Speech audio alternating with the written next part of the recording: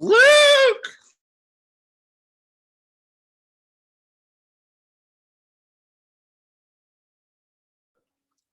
It's Luke Lushner. It is. Are you still in Berkeley? Yeah, I just got back actually from North Berkeley Hills Walk. I've never been over there. Oh, let's go. Did you do the path, the stair hike? No, we didn't do the stair hike today because it's very spontaneous, but we did find a chair on the side of the road that we dragged home. Nice. I love the getting free furniture is pleasure of spontaneity.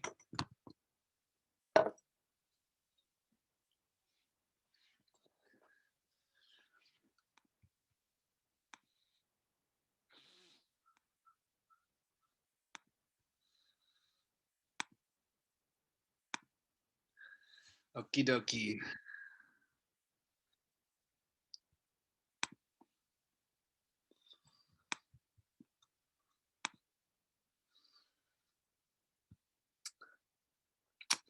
Uh, 7:09. We'll give it a little bit of time.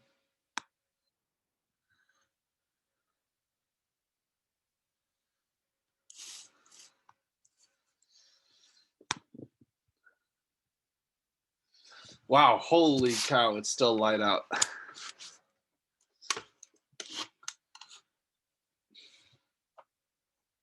Okay. We can start now. So before we begin, I gotta say that tonight is the due date for assignment 1. You should be able to find the instructions on the B courses module, and I also emailed the PDF instructions out to everyone. There's a little bit of confusion over the requirement about using sources.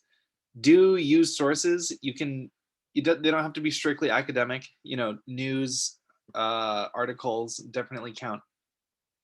And if you need an extension, a lot of people have asked for one, just reach out to me. I'm planning on grading them on the Thursday and Friday of spring break. So as long as it's before then, that's chill. Just let me know. Okay, so we'll begin. First, I wanted to just start off with this Ed Ruscha print. He's a contemporary artist who's from Los Angeles. He's like pretty famous, and a lot of his pieces are in LACMA. So shout out LACMA. This is just a print to get us thinking a little bit today. If you walked into a museum and you saw this phrase, what would come to mind? Is there kind of like a feeling of a land forgotten, and that we've desecrated the landscape and covered it in concrete? Or is Ed Ruscha being nostalgic here? Or is it just like cold commercial messaging that he's almost making fun of? I don't know. He's a weird guy. But also this is a photo series that he did on empty vacant lots in LA. So also giving preface to today's lecture. So we missed last week because I was feeling sick. So what we're doing is we are moving into the second of 4 categories that a writer named Whitmore put forward in talking about the zoning regimes of Los Angeles. And so we ended last time at the beginning of land use policy, and I really want to stress the importance of land use policy and policy in general as a force that shapes the built environment, because as planners, we're looking at systems and human systems. Well, I'm not going to call one planners. I'm definitely not a planner, but we're looking at things through a planning perspective. The first era that we've talked about is the era of the speculator, the speculative subdivider, real estate developer, the Los Angeles Investment Company, the Jan's Investment Company, the boosters. Now we're going to move into the era of the community developer, which we'll kind of get an idea of more of what that means. But it was really fleshed out in a book called Magnetic Los Angeles, written by Greg Hise, who now is at University of Nevada, Las Vegas. But he looked really closely at how the values of progressive planning, particularly the Garden City movement, which we'll get more into, informed a lot of the World War II era suburban expansion, which is especially pertinent in Los Angeles. So the era of the speculator, the pattern was, as I brought up the zoning map of South Pasadena, apparent here. Single family homes were to be protected on quiet interior streets, with commercial activities and apartments clustered at the community's edges along arterial major arteries. Likewise, planners in Los Angeles were determined to zone arteries predominantly multifamily, with commercial uses located at clusters at major intersections and interior streets reserved for single-family residents and public facilities. This was also in line with large developers' vision of what constituted an economically stable and attractive division of land uses. So in this time, we kind of exiting the 1920s, this is a great graph of home building going into the Depression, and then kind of the Depression being the dividing point between the era of the speculator and the era of the community developer. The era of the speculator was really, well, there were two important things to note. The first one is that there was a phenomena called overzoning that happened in Los Angeles. Oh, there's a second one. We're still talking about the first one. Basically,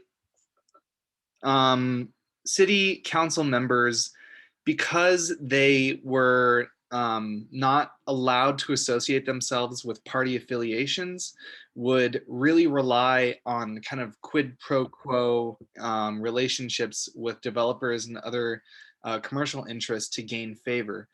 And a lot of people who own land at that time had a lot of vested interest in increasing their land values. And it's important to note, and this is an ongoing theme, that land value is very much tied to what the potential use of a land is, not even what its use value is in the current moment. It's what you can do with the land.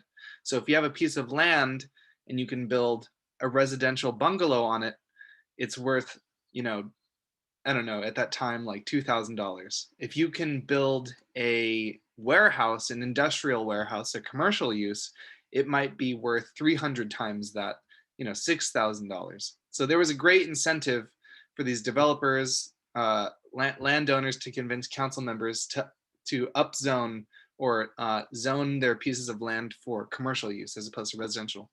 So the result of that was a large flood of commercial zoning across the city of Los Angeles, a lot of which wasn't actually being used as commercial, but just had inflated land values. The second piece of the area of the speculator that's important to note is the Major Traffic Street Plan of 1924. It was created by the LA Traffic Commission at a time where vehicle ownership shot up dramatically. It was a body of civic leaders sponsored by the Automobile Club. The commission retained Frederick Law Olmsted, the ubiquitous and very famous landscape architect, Harlan Bartholomew, and Charles H. Chaney. It argued it was essentially a collection of public works projects that was eventually passed by the voters of the city of Los Angeles, along with like a $5 or $4 million bond, something like that. And it argued for widening, extension, and straightening of many streets and the provision of network of major streets. It argued for the separation of different classes of traffic. And a lot of the ideas here that are being put forward are really already embedded in a lot of metropolitan areas. But at the time, these ideas about how to accommodate this new car traffic were completely new. Argued for the separation of different types of traffic. Through traffic should not mix with local traffic, and streetcars should be separated to the extent feasible from automobiles. It called for the designation of 48 radial routes and 36 interdistrict 74-foot wide thoroughfares. The project plan was approved by voters in 1924 with a $5 million bond. And so these are, hold on, sorry.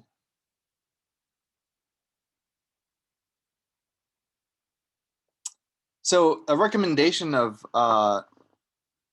this plan came with the endorsement that a great city population, for which the most part lives near its work, has its individual lawns and gardens, finds its market and commercialized recreation facilities right around the corner, and which begins of these things can develop a neighborhood with all that it means. Sorry, the grammar got messed up there. But embedded in this traffic plan was this idea of a certain level of separation, but also accessibility to amenities and the emergence of this new automobile-oriented lifestyle. And a lot of these ideas are very much reflected in the built environment of the city today. On the left there, this is the 110 Arroyo Parkway, the first freeway of Los Angeles and one of the first freeways in the nation. I was going to go more in depth of the history of this freeway, my favorite freeway, last week, but we had to skip that.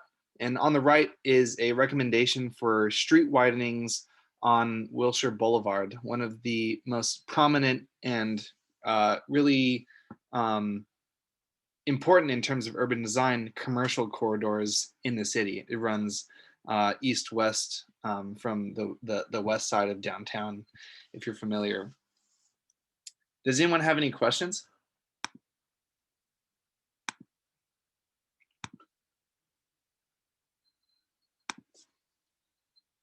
Okay. And so it's also worth it to step back and just take inventory of what the urban form of the city looked like at this time, which was very, very sparsely developed still. This is a view looking at the Hollywood Hills, and you can see there's Wilshire Boulevard right there, still very much underdeveloped. There's a mix of agriculture and suburbs out in the distance, and oil derricks, very notable. If you know the La Brea tar pits, there's like a lot of oil deposits around that area. Okay. So what did cities look like? How was life organized at this time, and how is it changing? Here's a community, it's a city today called Monrovia. I think it was actually like the fourth city to incorporate in either LA County, yeah, in LA County at the time. And it's one of the older ones because if you reference downtown Los Angeles and then you look up to Pasadena, the pattern of like original settlement in the area, or Anglo settlement, I should say, was very much in these clusters. And specifically when it came to the foothills of the Sierra Madres in Pasadena and eastward, those settlements were defined by citrus growing East Coasters who were pretty wealthy, pretty dang wealthy. And Monrovia very much fell into that type. And now, just to take another step back and sort of put into perspective with what we've already learned, we can see the development of Monrovia from its Rancho period.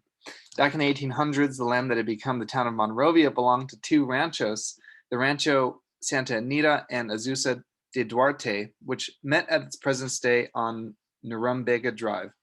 It was used for cattle ranching, but 2 years of rain followed a severe drought, and in the 1860s, the ranchers were forced to sell off their land to someone named E.J. or Elias Lucky Baldwin, another figure who is everywhere in LA history because he this drought basically gave him like the biggest windfall of land in like LA history.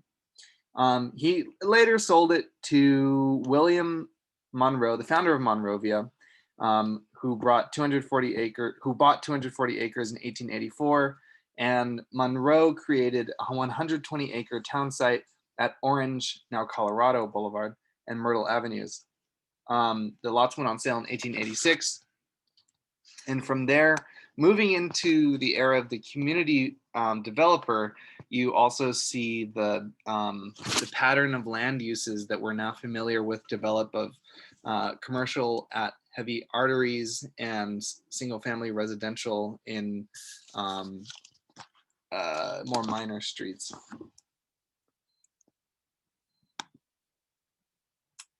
Baldwin Park, we'll just skip through that. You see the same pattern. And now we're going to talk about the Garden City movement. Does anyone have any questions right now, by the way?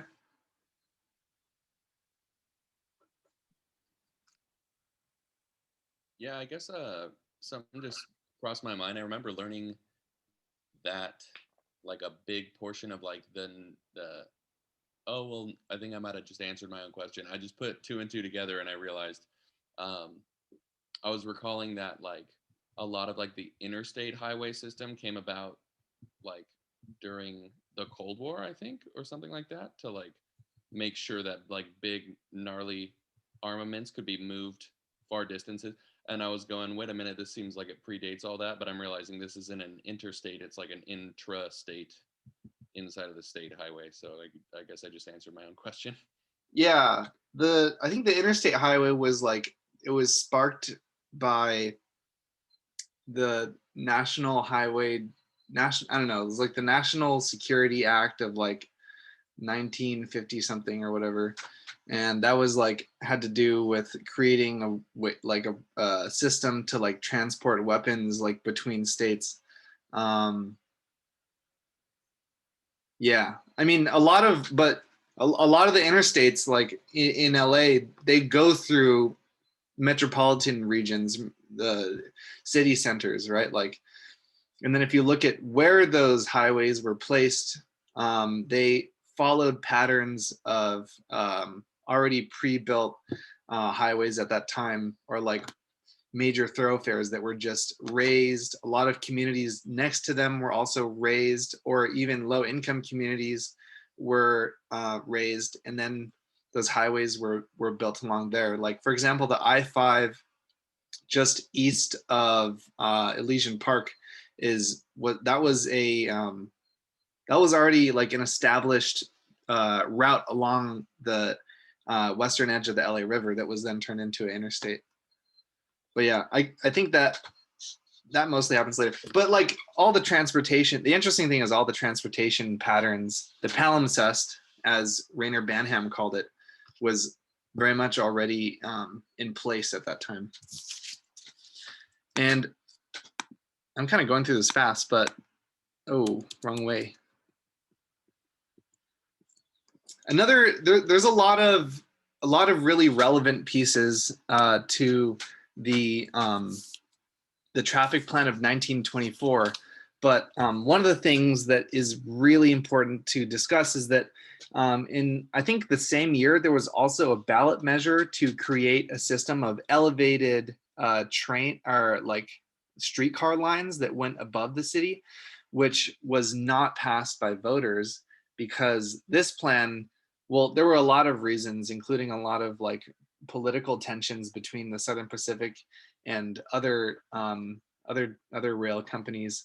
But when it came to rail, there was an initiative to approve what would later become Union Station, and there was the initiative for the elevated rail system. The elevated rail system failed. One of the big reasons is because that proposal required an initial capital outlay to build the system, whereas the street improvements program was kind of like incremental, paid through relatively low bonds.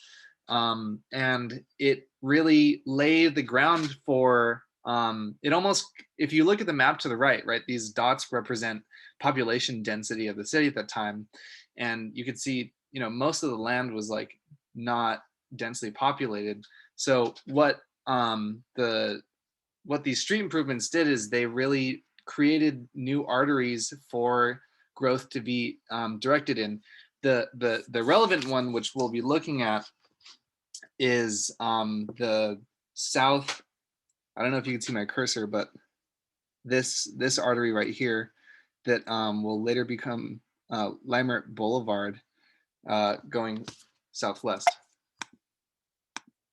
So there's this constant push and pull, right, between like transportation leading development and development leading transportation.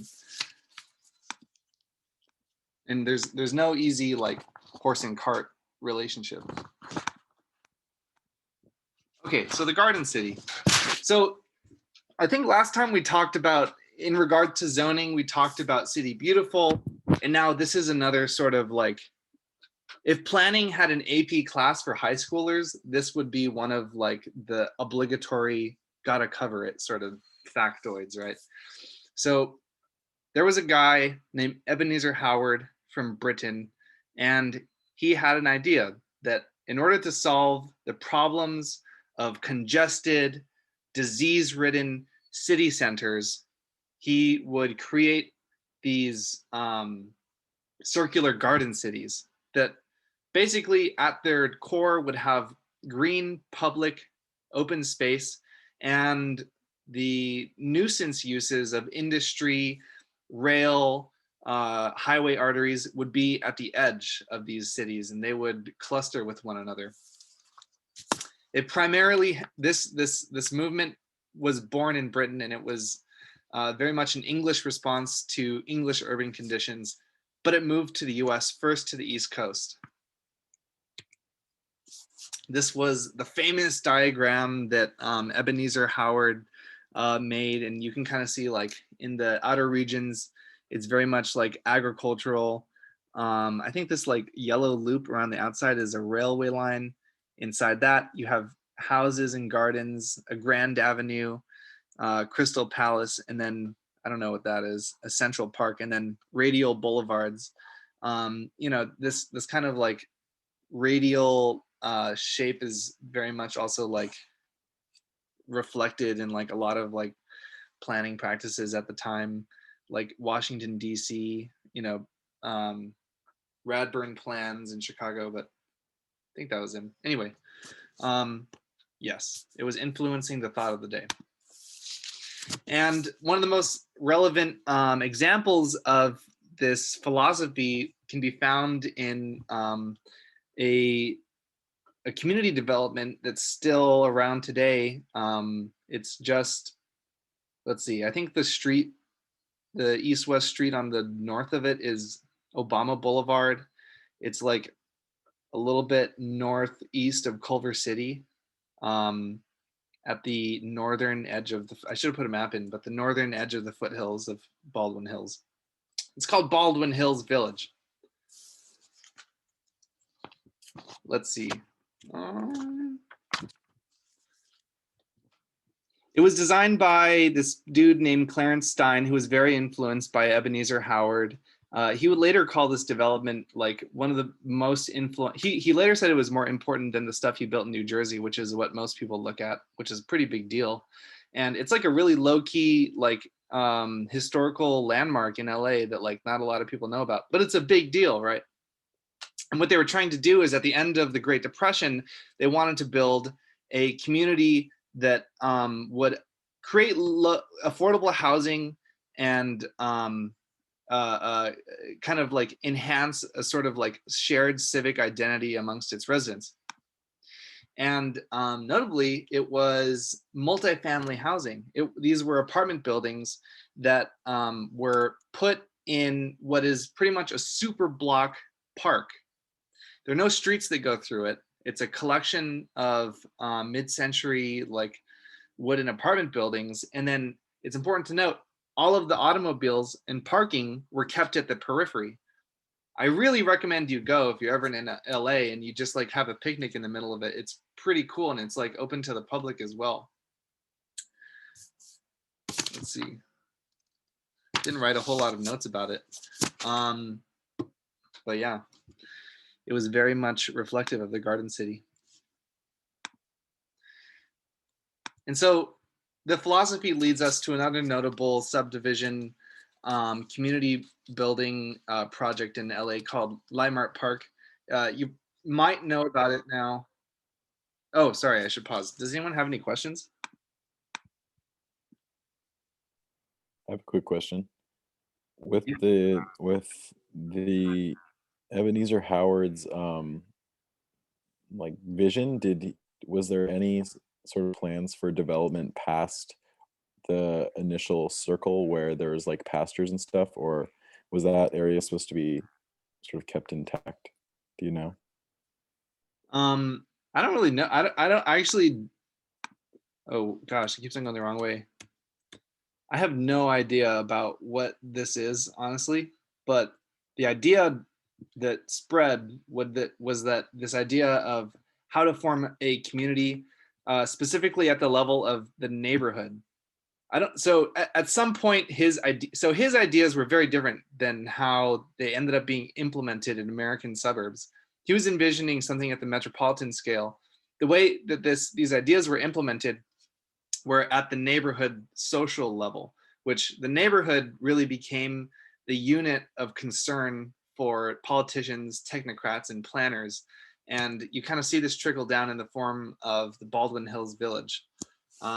Even like Catherine Bauer Worcester, the person that they renamed Worcester Hall for, she was in the school of thought of these planning reformers who were advocating for policy to prioritize the neighborhood and civic connections in the neighborhood as the way to address a lot of the problems of the what would become expensive housing coming into World War II, and a really fast clip of urbanization that was happening that for a moment became reversed in the Great Depression, but then began again. Okay. Oh yeah, Leimert Park.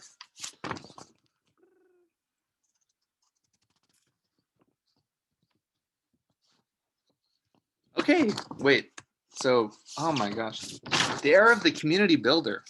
How is this different than the era of the speculator?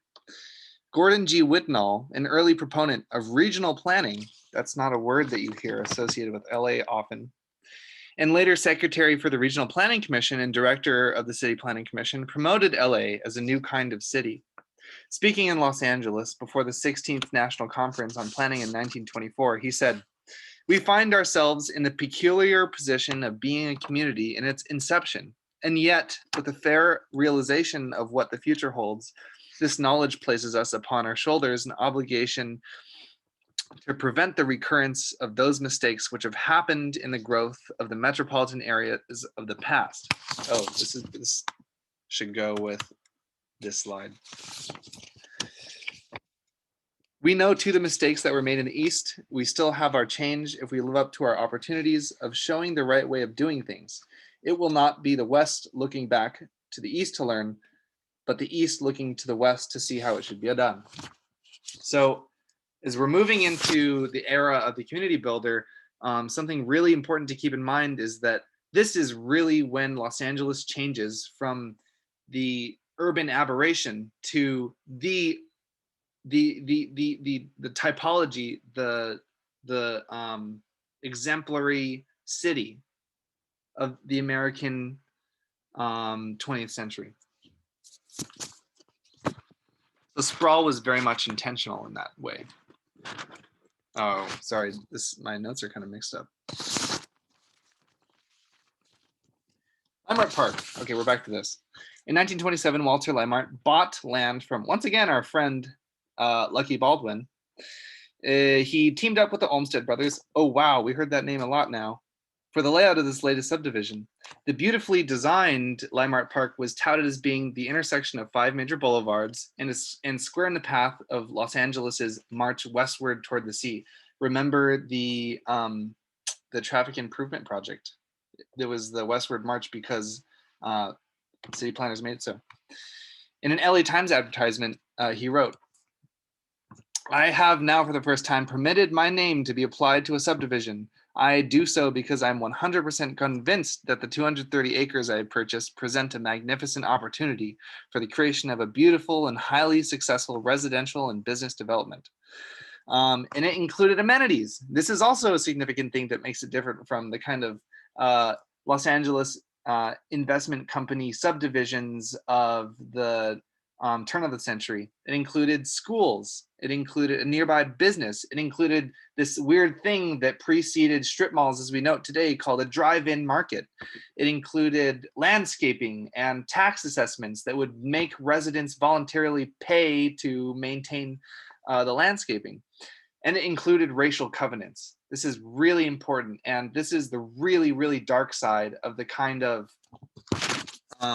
social reform vision that really tainted the vision of the Garden City. The Garden City envisioned a certain degree of social integration between classes, maybe not races, but it also envisioned multifamily units. It became bastardized in the name of the pure American neighborhood unit to include racial exclusion. Although generating and sustaining sizable traffic was an important consideration for the Leimert Company's subdivision strategy, the plat they filed for the district reveals design principles chosen to expedite more than conveniently and comely passages through the development and efficient connection with other areas of Los Angeles. Oh, whoops. The precise interplay of broad boulevards and avenues infilled with regular, smaller scale grid of picturesque streets created vistas leading to focal points for important buildings and functions. And you could see this with Leimert Boulevard laid out in the Streets Improvement 1924 plan. You can't really tell that it's commercial here, but the like just above this like green square, that's where the commercial center is. And you see like the school in the top of it, and the whole kind of like community idea embedded in this neighborhood. So now as we move into the 30s, we have to stop here. In 1934, with the creation of the Federal Housing Administration. I'm sorry, this is a lot. Does anyone have any questions before this? Yeah, really quick. Do you think that the transition to community builders was inevitable? And if not, what would urban planning look like if there wasn't that transition to the so-called like social reform movement? I actually think that, well, that's a great question, because one of the things I was really curious about is it would make more money if you were to just subdivide the school and then turn that into houses. If you just turn everything into houses instead of providing, like parks and stuff, right? And I think one of the answers to that is actually that housing at this time there was actually, in the 20s, actually, housing production was primarily targeted at the top third of income earners. So when we talk about housing markets at this time, we need to be thinking in terms of generally affluent people. So for generally affluent people, supply was pretty robust. You had a lot of choices, and there were, as evidenced by the advertisements here, they were really vying for demand for customers. They had, crazy ass advertisements and like this proto Googie arrow in the ground right here to draw people out.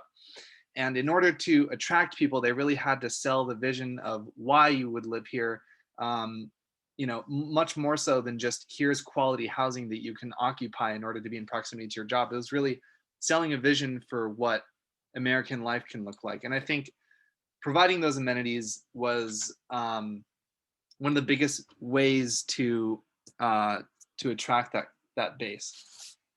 So I think that the amenity provision, just as maybe how now a luxury apartment building today would include like a gym in there, was part of attracting customers. Any other questions?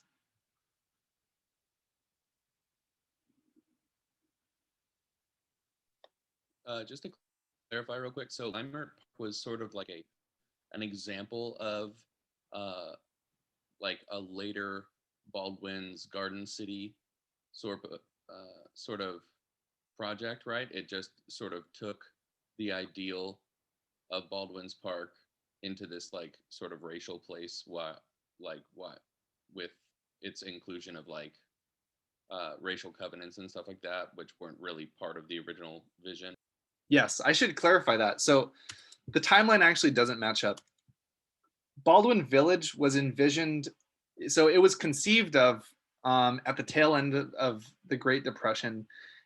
It came after Leimert Park, and Leimert Park wasn't as directly influenced by the Garden City idea of community development as Baldwin Hills Village was, but it took a lot of the ideas about what like a community should be, because at that point, we didn't have such a preconceived notion about what suburban community life looks like, and it developed it into all of these things.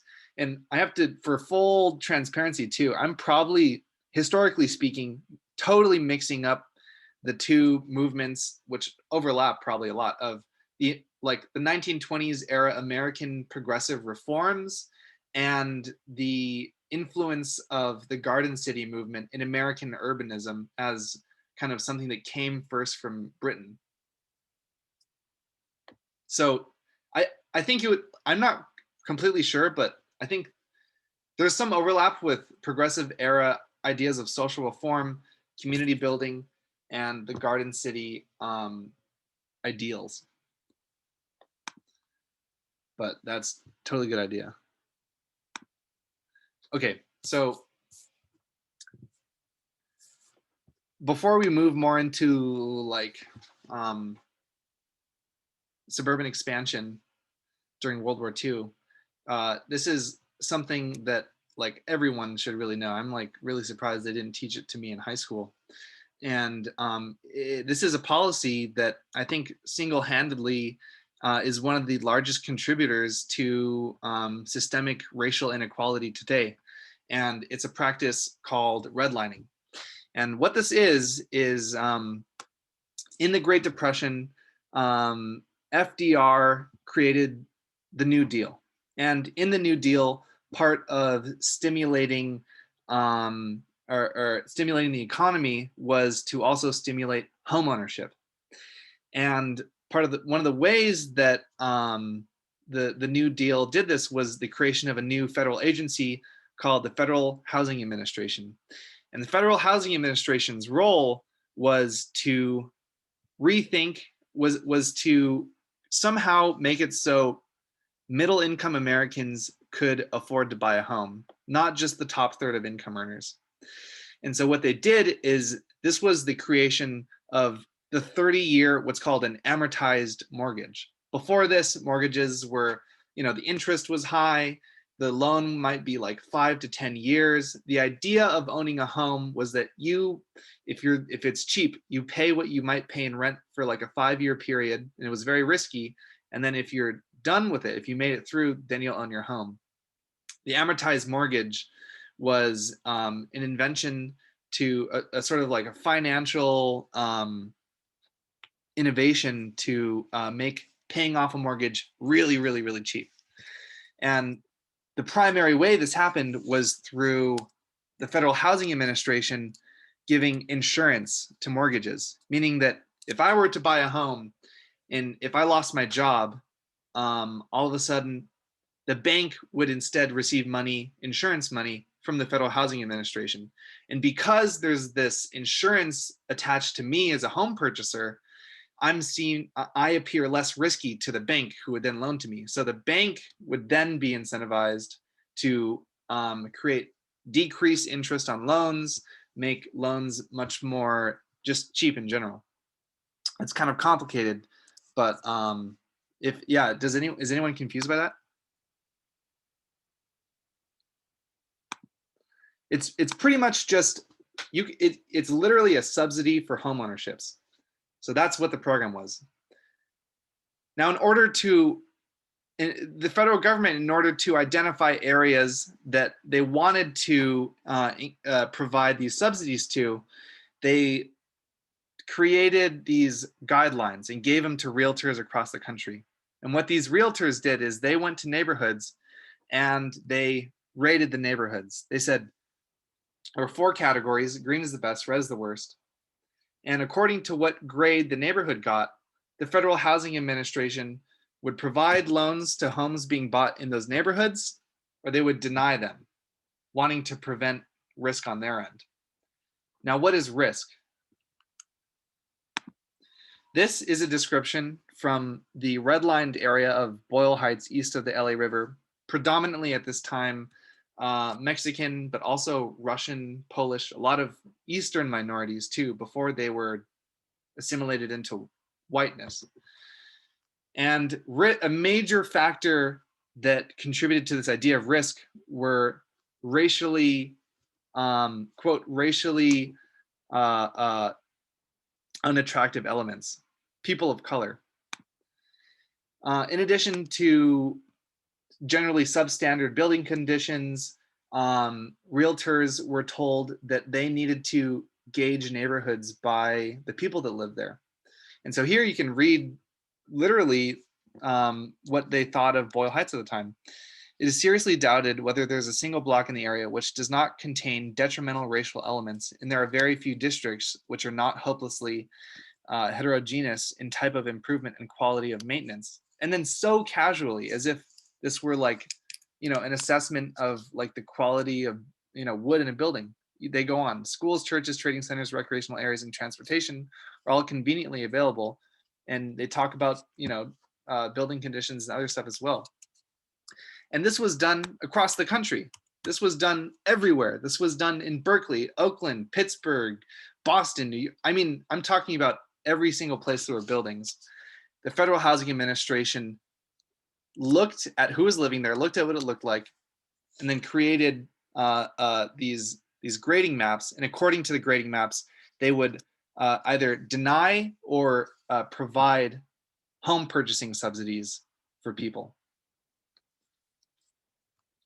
And this is a large reason why you see portions of West Oakland today that still struggle with concentrated poverty in other neighborhoods in the Oakland Hills that are very wealthy and white.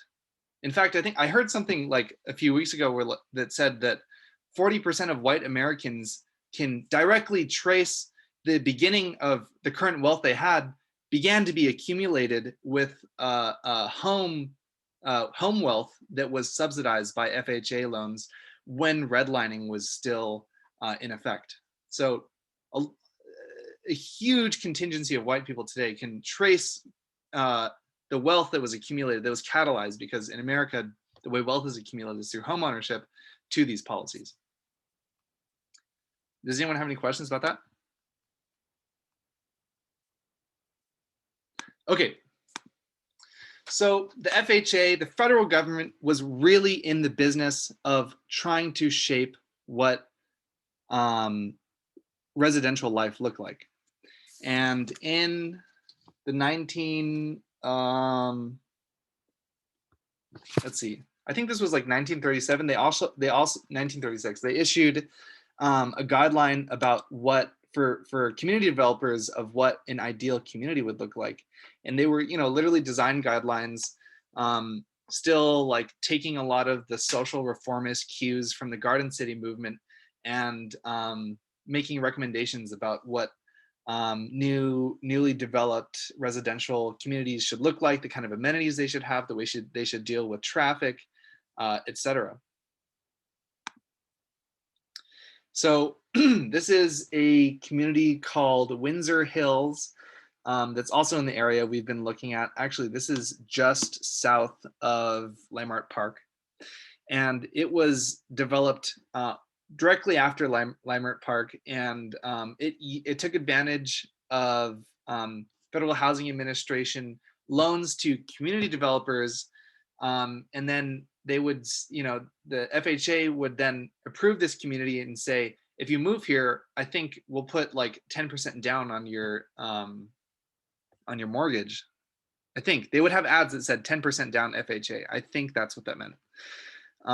And you see it being advertised here. I mean, I don't know how much more on the nose you can get. Uncle Sam saying, here's your bungalow with a garage.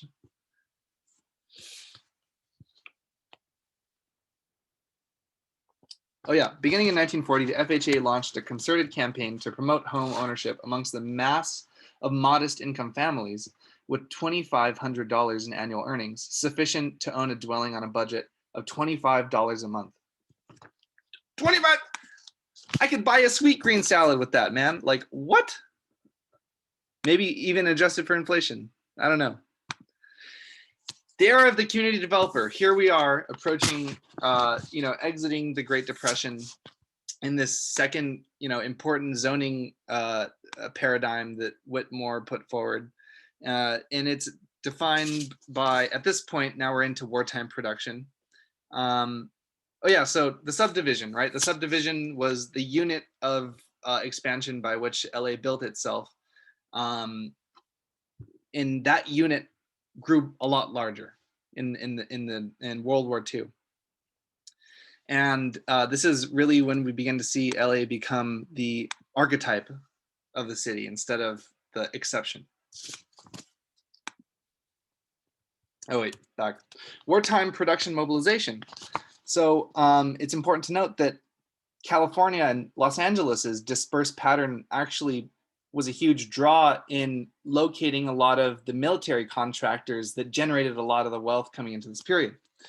California industry secured over 10% of production contract total, higher than the proportion of population to overall US population at this time. And from June 1940 to June 1941, military orders exceeded $15 billion, and they went to 8 metro areas. And this drew a huge influx of people as the pace of urbanization temporarily reversed during the Great Depression. So wartime production really created a huge influx of industry in metropolitan centers. It also really prioritized dispersed areas. Oh, is it 8? Oh no, 5 minutes. Okay, gotta hurry up. Oh God, this is, okay, so what's on the right, this is Chicago. Get that out of your head. The urban center and the periphery. Okay, we never did that. On the left, this is how LA tried to explain LA to itself. A diagram of economic and suburban satellites. The War Production Board encouraged defense contractors to decentralize. Planners pressed for rational dispersion of manufacturing and housing, and real estate interests capitalized on these initiatives.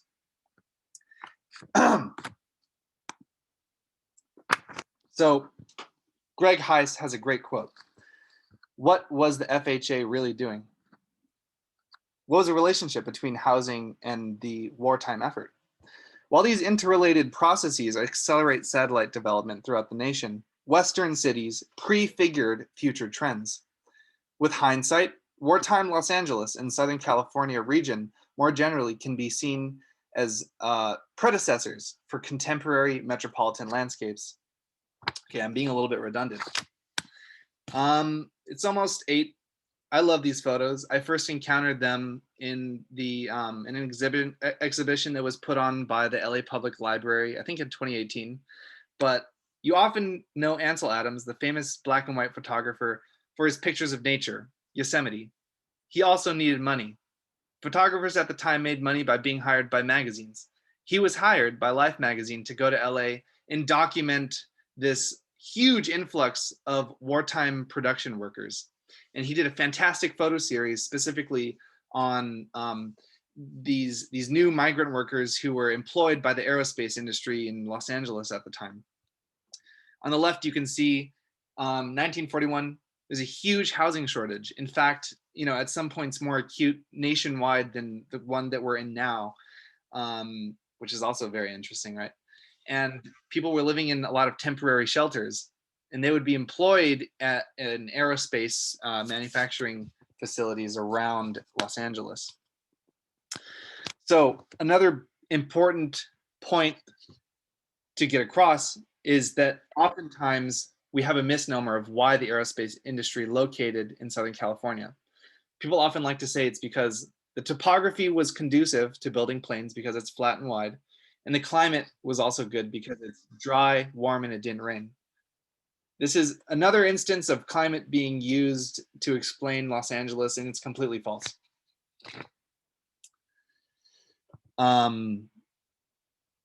Airframe production concentrated in LA because of technical advances developed by innovators such as Donald Douglas. the presence of skilled non-union labor, which is a huge point. San Francisco was one of the most highly unionized cities in the country, whereas LA was primarily open shop. Throwback to the LA Times publisher Otis. The presence of skilled and the proximity to research institutions, especially Caltech. We're talking now about urban economic agglomeration and why industries choose to locate in some cities. In Los Angeles, we had the beginning of the aerospace industry forming what would be known as a kind of economic agglomeration of firms that were producing this external benefit of just being near one another. Very different from the kind of like East Coast paradigm of factory towns and these like monolithic firms. Like even in Detroit, you had like 5 major firms everyone was employed by. LA, there was a much more diverse sort of ecosystem of aerospace firms. Anyway, time's up. So if anyone has any ideas, I would love to hear them. Or just say like what you're about to eat for dinner or something.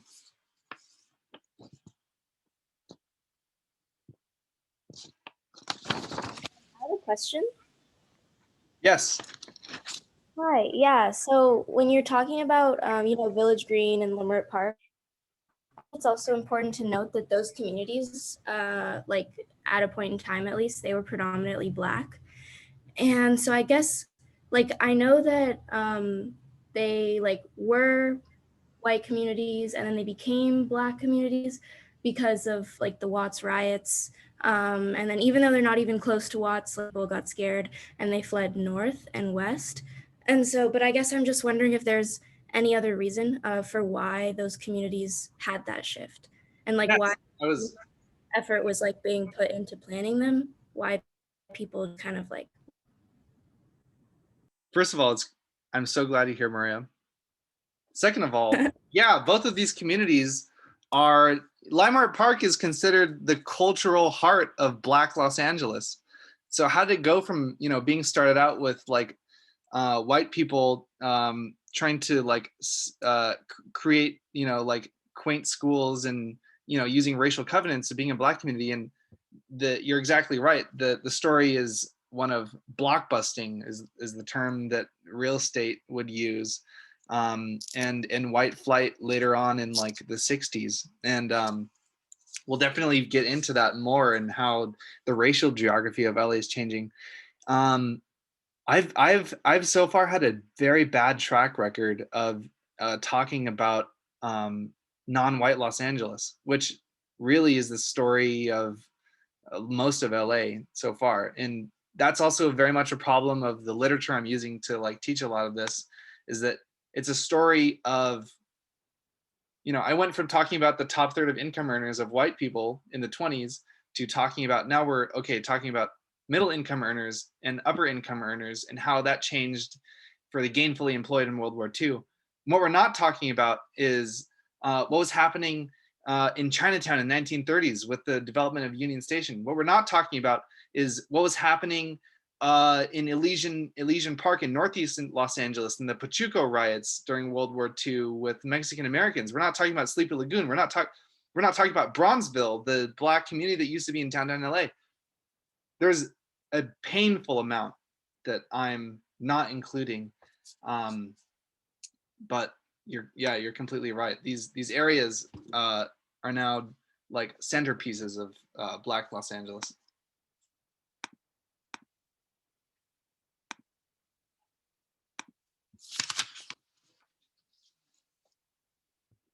And actually, in along Crenshaw, through Leimert Park, and then into Inglewood, Metro is now building a new light rail line called Crenshaw/LAX, and that's probably like one of the most heated debates about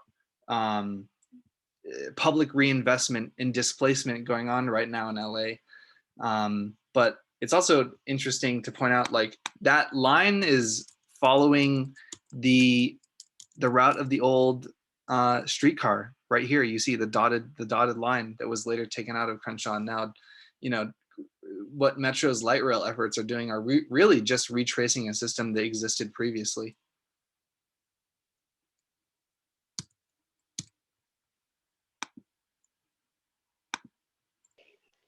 I guess I had a question. I'm just curious, to what extent did Park La Brea kind of fulfill that Ebenezer Howard Garden City philosophy? Oh, I have no idea. I did not study Park La Brea. Is that, wait, okay, that's the area like right near LACMA. Right. With the towers. It really reminded me because like the actual like visual representation of the Garden City that you showed like looks exactly like the landscape of Park La Brea. Oh, The yeah. circles with the extending networks and stuff. That's just why I was curious. I think Ben might be more familiar with Park La Brea than me, but I know that the Garden City really influenced a lot of how public housing architecture was developed in the middle 20th century. So I don't know if Park La Brea was. It might have been a publicly a public housing project, but in that case, I don't think it was. Oh, it was? Okay, I have no idea then. Maybe it But was. I think it was like the garden like tower version instead of like the single family home necessarily, or even like the smaller apartment building. But the layout itself is very similar and definitely inspired by that, I think. Oh yeah, with like cars like kept at the periphery. Next week is exciting though. We're going to be talking about Lakewood. Lakewood is a crazy story. Oh no, the video's gone. Oh wait, there it is. Okay, for all my real ones, I'm going to play a sneak peek. Wait, am I sharing my noise? Can you guys hear this?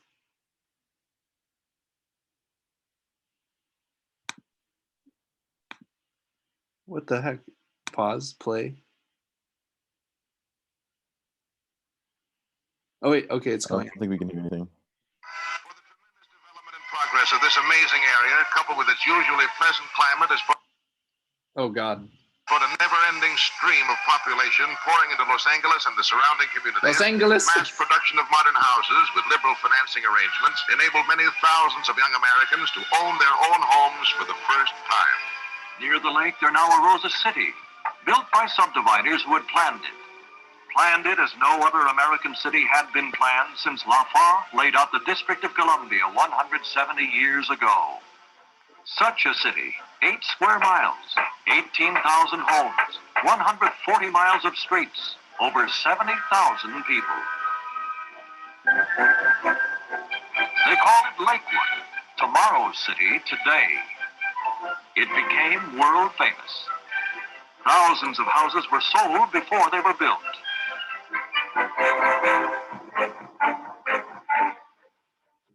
People came from Maine, New York, Texas, Canada, England, Germany, everywhere. They fell in love with Lakewood. They loved the way the homes and streets were laid out so neatly around the super modern shopping centers with acres of free parking. Their whole pattern of living, working, and shopping became that of modern suburbia. To many, Lakewood was paradise. But even in paradise, somebody has to keep house. Lakewood's beautiful residential character must be protected. This is the job of the Planning Commission. This appointed group is the watchdog over all planning and zoning. Occasion, a public dedication of the new City Administration Building. It was the first building to be finished in the handsome new Civic Center. A newspaper editorial once summed it up. The Lakewood experiment, it said, is no longer an experiment. It is a success story.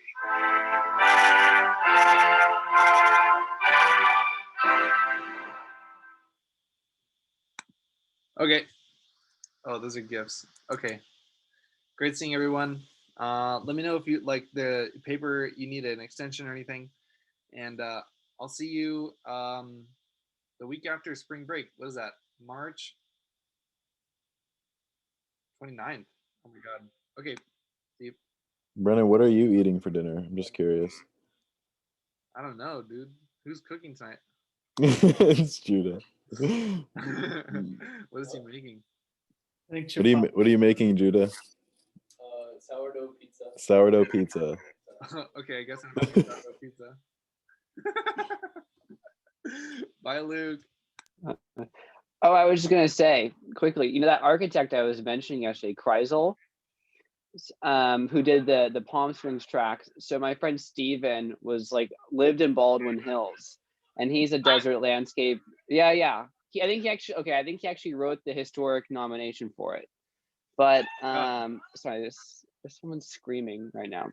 But Typical. he said that architect Kreisel would go and sit in Baldwin Hills and do his sketches there. Really? So maybe there's some translation of that to Palm Desert and Palm Springs, but that was my interesting Baldwin Hills story. Wow. Well, maybe the incongruous love of putting lawns in Palm Springs. Yeah. Oh, yeah. Yeah. Right. Okay. See you, Brandon. Peace, Luke.